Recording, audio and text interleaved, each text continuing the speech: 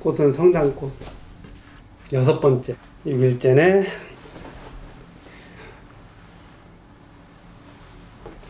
아침에 일어나면 찬미 받으소서. 우리 찬미 받으소서 주간을 잘 지내고 계시죠?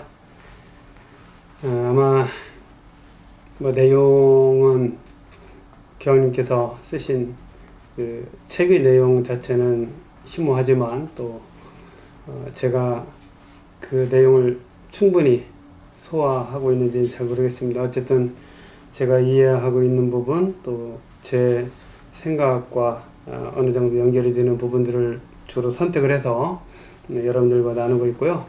여러분들 그냥 편한 시간에 편하게 한 번 정도씩 들어보시면 좋을 것 같아요.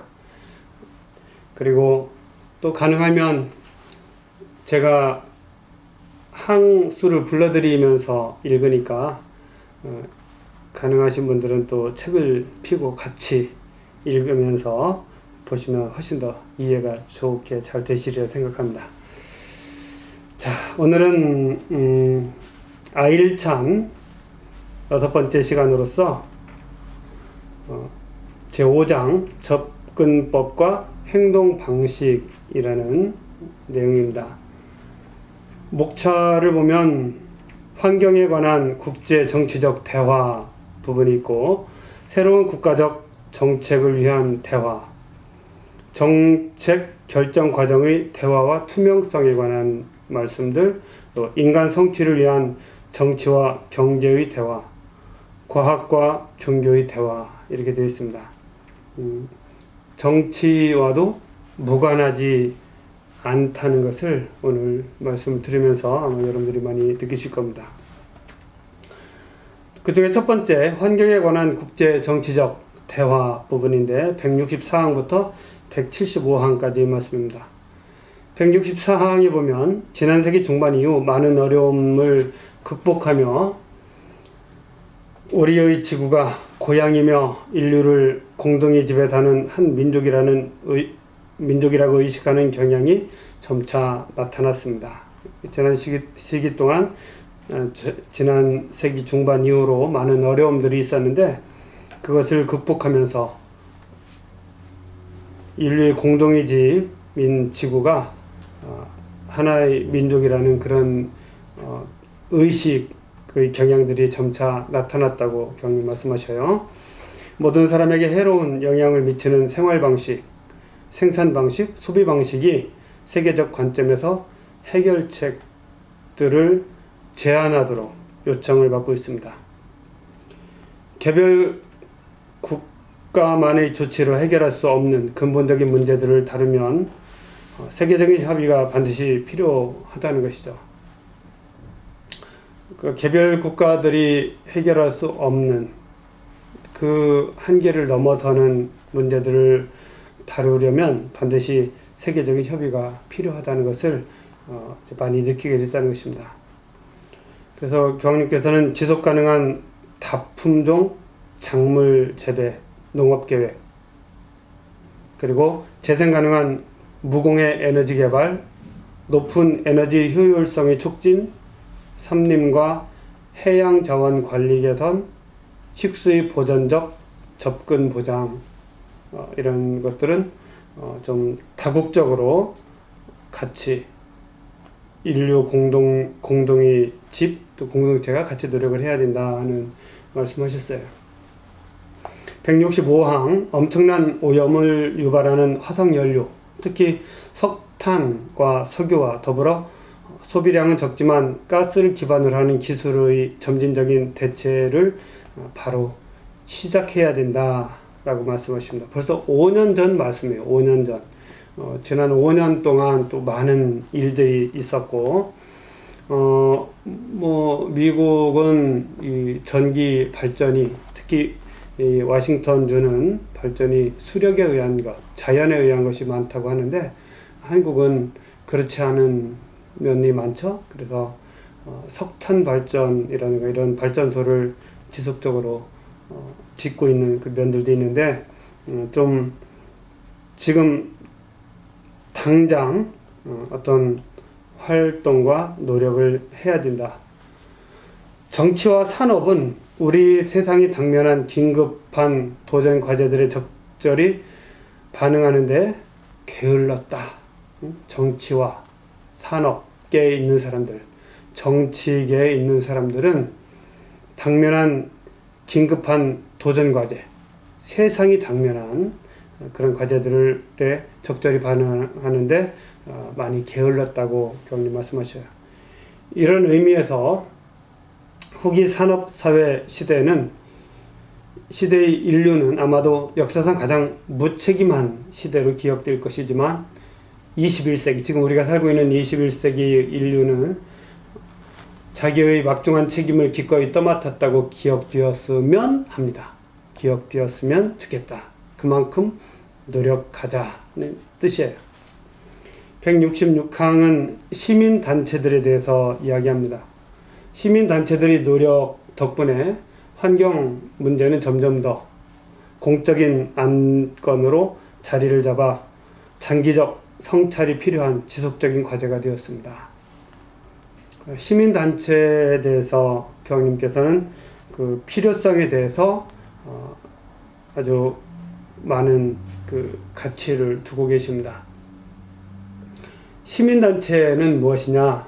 여기 보면 환경 문제를 점점 더 공적인 안건으로 자리 잡는 노력을 시민단체가 했다고 말씀하셔요. 시민단체는 무엇인가? 우리 가끔 듣죠. 시민단체. 사회의 공익의 증진을 위해 자발적으로 설립된 단체들입니다. 사회 문제를 부각하고 개선함으로써 사회 발전에 도모하고자 하는 사회 조직이 바로 시민단체입니다. 그냥 시민들이 별 목적 없이 모여서 만드는 것이 아니고 공익의 증진을 위해서 자발적으로 설립한 그런 단체들이 시민단체예요. 현대사회에 들어서면서 정부와 국회가 점점 다양해지는 시민의 관심과 요구를 수용하여 처리하기는 한계가 명확해졌다고 봅니다. 그리고 참여민주주의의 움직임이 활성화되면서 시민단체가 등장하게 됩니다. 정부와 국회가 통제하면서 이끌어가기에는 사회에는 너무나 많은 문제들이 있는 거예요. 그래서 그런 공권력이 행사하지 않는, 행사되어서 정확히 방향이 잡히면 좋지만 그 한계를 넘어서는 다양한 문제들이 있는데 그 문제들을 바로 시민단체가 만들어가고 이끌어간다는 것입니다. 그리고 참여민주주의의 움직임을 활성화시키는 역할을 시민단체가 한다고 말씀하셔요. 시민단체는 환경단체, 또 소비자단체, 인권단체, 평화단체, 여성단체 등 다양한 분야에 걸쳐 존재하기도 하고 또 그린피스나 국제시민위원회, 국제적십자, 국경 없는 의사회 같이 한 국가의 한계를 넘어서 국제적으로 활동하는 시민단체들도 있습니다. 이런 시민단체는 대의제가 지니는 문제점을 보완할 수 있는 대안으로서 세계 여러 나라에서 주목받고 있는 실정입니다. 시민단체는 사회연대를 통해 개인적인 정치 참여가 지니는 한계를 극복하고 입법 과정에서부터 정책의 결정 및 집행에 이르기까지 일련의 정치 과정에 직간접적인 영향력을 행사하여 시민의 의사에 기반을 둔 민주정치를 실현하기 위한 활동을 전개한다고 이렇게 사전에 나와 있어요. 제가 교황님께서 말씀하시는 것은 아니고 시민단체를 언급하셨기 때문에 설명을 드렸습니다. 그리고 시민단체는 공공선과 공익을 추구하는 그런 목적으로 만들어져 있습니다. 한국에서는 1987년 이후에 시민단체 활동이 시작되었고 1990년대 들어서 그 수가 급격히 증가하였다고 합니다. 그래서 이런 그 시민단체의 역할, 대단히 중요하다고 교황님 말씀하셨고, 또 우리가 우리의 의견들을 시민단체들을 통해서 규합하고 그것을 성취해 나갈 수 있는 하나의 방법이기도 하죠. 그래서 많은 분들이 관심을 가지면 좋겠다는 생각을 하고 교황님도 그런 취지로 말씀하십니다. 167항에서는 교황님께서 여러 번 있었던 환경에 관한 회의들에 대해서 말씀하십니다. 1992년에 리우데자네이루에서 개최된 지구 환경 정상회담, 이것은 중요한 회담이었다고 말씀하셔요. 그래서 거기서 리우 선언이라는 것이 채택이 됐고, 또 1972년에는 스톡홀름 선언이 나옵니다.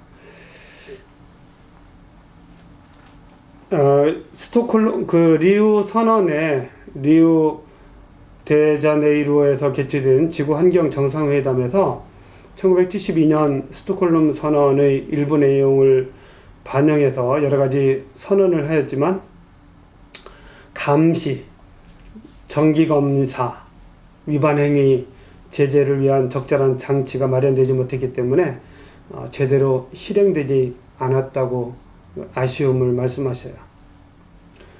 이 회담에서 발표된 원칙들이 현실적 실현을 위한 신속하고 효과적인 방법들이 필요하다고 말씀하십니다. 이렇게 그 중요한 회의는 있었지만 그것이 실효를 거두지 못하였다라고 교황님 보고 계셔요. 또 그 다음에 바젤 협약에 대해서 말씀하십니다. 이 바젤 협약은 1989년 3월 22일에 유엔 환경계획 후원하에 스위스 바젤에서 채택된 협약입니다. 여기서는 유해 폐기물의 국가 간 이동 및 교역을 규제하는 협약입니다. 오늘 이걸 준비하면서 좀 찾아봤는데, 그래서 병원성 폐기물을 포함한 유해 폐기물의 국가 간 이동 시에 사전 통보하고 조치함으로써 유해 폐기물의 불법 이동을 줄이자는 그런 협약입니다.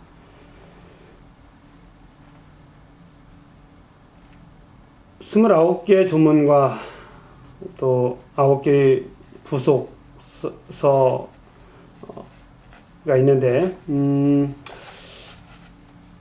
거기에 보면 제 눈에 들어온 것은 이 조약에 특정하는 유해 폐기물 및 그 외의 폐기물의 수출에는 수입국의 서면에 의한 동의가 필요하다고 되어 있고요.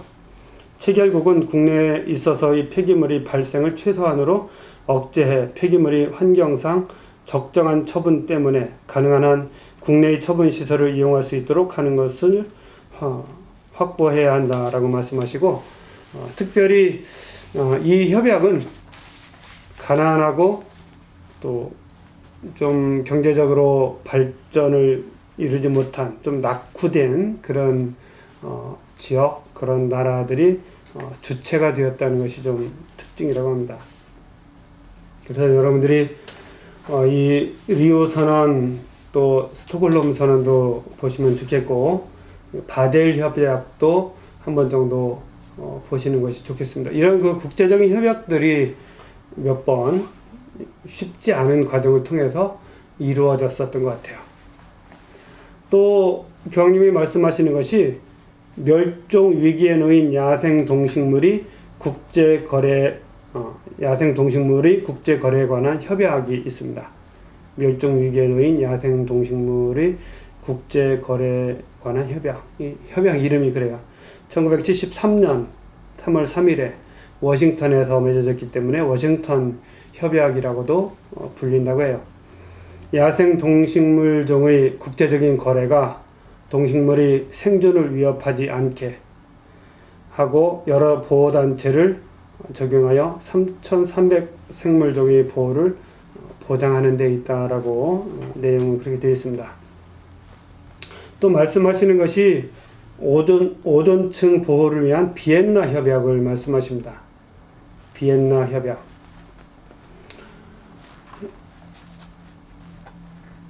1985년 비엔나 협약은 오존층 파괴의 영향으로부터 지구와 인류를 보호하기 위해 최초로 만들어진 보편적인 국제 협약입니다. 많은 협약들이 있었어요. 그리고 몬트리올 의정서도 교황님이 말씀하셔요. 몬트리올 의정서. 몬트리올 의정서의 공식 명칭은 오존층 파괴 물질에 관한 몬트리올 의정서라고 되어 있습니다.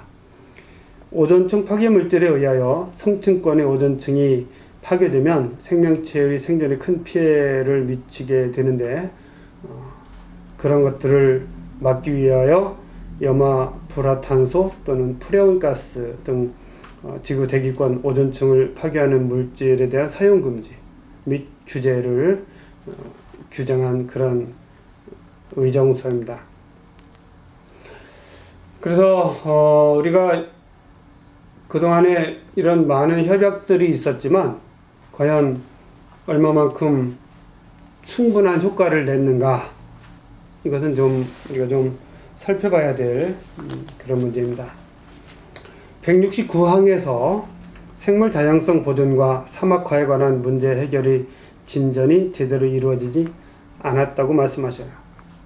생물 다양성 보존과 사막화에 관한 문제 해결의 진전, 이것이 제대로 이루어지지 않았다. 유감스럽게도 기후변화와 관련한 진전도 거의 없었다. 이 회칙이 발표된 이후에는 더 있었을까요?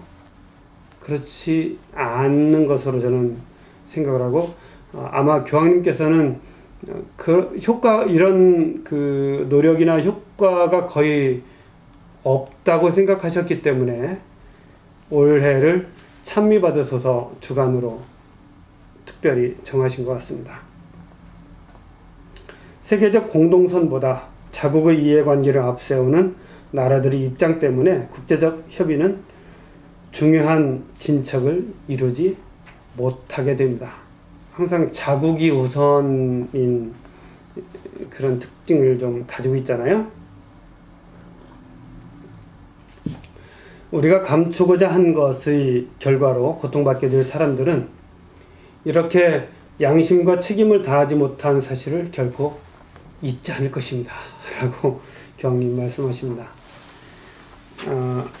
교황님 이 말씀 속에는 좀 심하게 말하면 협박 같은 그만큼의 긴박함을 느낄 수가 있습니다. 우리 신자들에 대해서도 말씀하셔요. 신자들은 현재 진행되고 있는 토론에서 긍정적인 결과를 얻어낼 수 있도록 하느님께 기도하여 신중하지 못한 늦장 대응으로 미래 세대들이 고통받지 않게 해야 합니다. 라고 말씀하십니다. 우리 신자들에게 신중하지 못한 늦장 대응으로 인해서 우리의 미래 세대들이 고통받지 않도록 지금 정신을 차리고 바로 실행하고 노력해야 된다고 말씀하셔요. 그리고 170항에 보면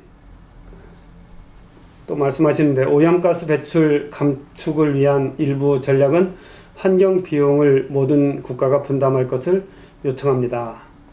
오염가스 배출 감축을 위한 전략, 이것은 환경 비용을 모든 국가가 분담해야 된다.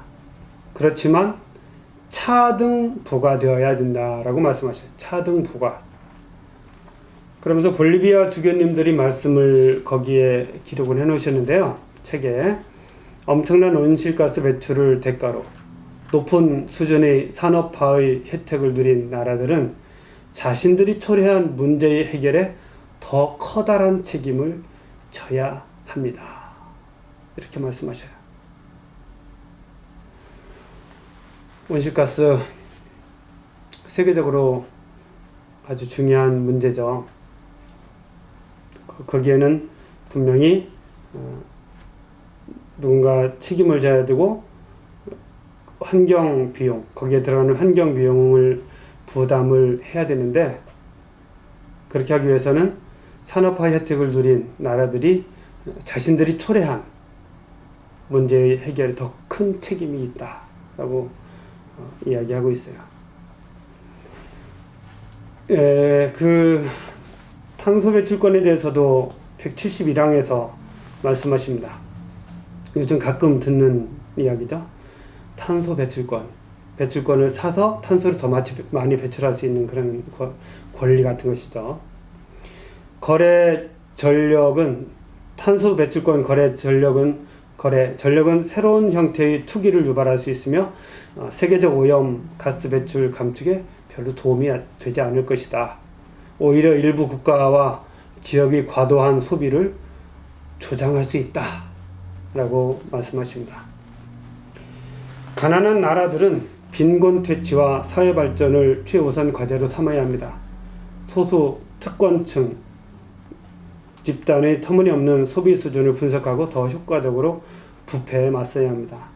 그러니까 가난한 나라들은 경제도 발전시켜야 되고 산업도 발전시켜야 되지만 또 이 빈곤을 퇴치하기 위해서도 노력을 해야 되는데, 그걸 균형을 잘 맞춰야 되는데, 그 중에 특권층들이 터무니없는 소비에 관심을 가져야 된다는 것이죠. 지구를 현재와 같이 오염시켜 가면서 엄청난 성장을 이룬 나라들의 도움이 거기에도 가난한 나라들에게도 필요하다. 그리고 173항에 보면 실행 가능한 국제 협약이 시급하다고 말씀하십니다. 교황님께서 아마 올해 11월 5일부터 14일까지 있는 스코틀랜드 글래스고 세계 기후 총회를 염두에 두고 말씀하시는 것 같아요. 그래서 이 글래스고 세계 기후 총회에 관한 거 여러분들이 좀 관심을 가지고 11월 5일부터 14일까지 스코틀랜드에서 있는 회의니까 여기서 정말 환경에 대한 중요한 정책들이 결정이 되고, 그리고 그 정책이 잘 실행될 수 있도록 우리가 눈을 크게 뜨고 눈을 부릅뜨고 감시하고 우리 목소리를 내야 된다라는 것이 교황님의 이번 이 주간을 설정한 의미 중에 하나라고 생각을 합니다. 해양에 대해서도 말씀하세요. 해양 관리 체계도 언급하시면서 이것은 세계 공동체다, 세계 공동 재화다 이렇게 말씀하십니다. 제가 어떤 방송을 듣다 보니까 우리가 마지막 자유여행 세대라는 이야기도 하던데, 어쩌면 우리가 이렇게 마음 편하게 먼 곳을 여행할 수 있고 할 수 있는 그런 마지막 세대일 수도 있다는 생각도 좀 해봅니다. 빈곤 퇴치 문제에 있어서 국가 정부들의 합의 아래 공정한 방식으로 국제 조직이 수립될 필요가 있다, 필수적이다라고 말씀하셔요. 그리고 이어서 새로운 국가적 정책을 위한 대화를 해야 된다. 여기까지는 국제적인 것이고, 그 다음에 국가 안에서는 어떻게 해야 되는가라는 것입니다. 국가들 사이뿐만 아니라 가난한 나라의 내부에도 승자와 패자가 존재합니다. 이러한 가난한 나라들에는 차등적 책임이 적용되어야 합니다. 개별 국가는 미래를 설계하고 보호하기 위하여 법률로서 감시와 조정의 기능을 담당할 수 있습니다. 건전하고 성숙하며 자주적인 사회가 마련되어야 하는 제안에는 예측, 주의, 적절한 규정 적용 감시, 부패 척결, 생산 과정이 바람직하지 않은 부작용에 대한 효과적 대처, 불확실하거나 가능한 위험에 대한 적절한 개입, 이런 것들이 있어야 된다고 말씀하시는데, 아마도 이런 부분은 시민단체나 또 교회가 나서서 역할을 해야 되지 않을까 하는 생각을 저는 개인적으로 좀 해봅니다. 정치적 위대함은 어려운 시기에 중요한 기본 원칙에 따라 국정을 운영하며 장기적 공동선을 배려하는 것에서 드러납니다. 정치적 위대함, 바로 지금처럼 어려운 시기에 중요한 기본 원칙에 따라서 국정 운영을 하며 장기적 공동선을 배려하는 것에서 드러난다. 협동조합에 대해서 말씀하십니다. 기존의 세계 질서가 책임지지 못하는 반면 지역의 개인과 단체들이 큰 차이를 만들어낼 수 있다는 사실을 보여줍니다. 그러니까 기존적 세계 질서에서는 건들지 못하는 그런 소소한 것이라는 생각이 들지만 그것이 협동조합 안에서 또는 시민사회 안에서 만들어질 수 있다. 때로는 부패로 법 집행이 제대로 이루어지지 않으므로 정치적 결정에는 국민들이 압력이 필요하다. 법 집행이 제대로 부패로나 법 집행이 어쨌든 법 집행이 잘 이루어지지 않을 경우 정치적 결정에 국민들이 압력이 필요하다. 시민들이 국가와 지역과 지자체의 정치적 권력을 통제하지 않으면 환경 피해를 막을 수 없다고 말씀하셔요. 교황님은 더 이상 세계적인 어떤 국제적인 그 다음에 공권력에 의한 이런 것들에게도 기대하지만 그거보다는 시민단체, 협동조합, 또 우리 가톨릭 각 교회나 이런 데 의지하는 면이 많으신 것 같습니다. 바로 선거와도 연결된다고 볼 수 있죠. 국가와 지역 차원에서 에너지 효율의 극대화와 연료 사용 절약을 통한 산업 생산 방식의 촉진이 있습니다. 그래서 에너지 측면에서 비효율적이거나 오염을 가중시키는 상품을 시장에서 퇴출시키게 됩니다. 그래서 어떤 상품들은 비효율적이거나 오염을 가중시키는 그런 상품들, 제조 과정에서 그런 것들이 발생하는 상품들을 시장에서 퇴출시킬 수 있다는 말씀을 하십니다. 또 그 밖에 여러 가지 말씀하시는데 교황님이 이번 장에서 하시는 말씀들 우리와 무관하지 않고 소소한 힘 같지만 우리가 힘을 모아서 그것이 사회 시민단체로서 또는 협동조합으로서 또는 우리 교회 자체적으로 목소리를 내면서 시민의 힘으로 바꿔나가도록 노력을 해야 된다고 말씀하시면서 끝으로 할 수 있는 일이 정말 많다고 교황님 말씀하셔요. 할 수 있는 일이 정말 많다. 그런 역할을 충실히 해나가자. 특히 올해는 그런 역할이 더 많이 필요하다고 교황님께서 말씀하시는 것 같습니다. 자, 오늘 여기까지 하겠습니다. 감사합니다.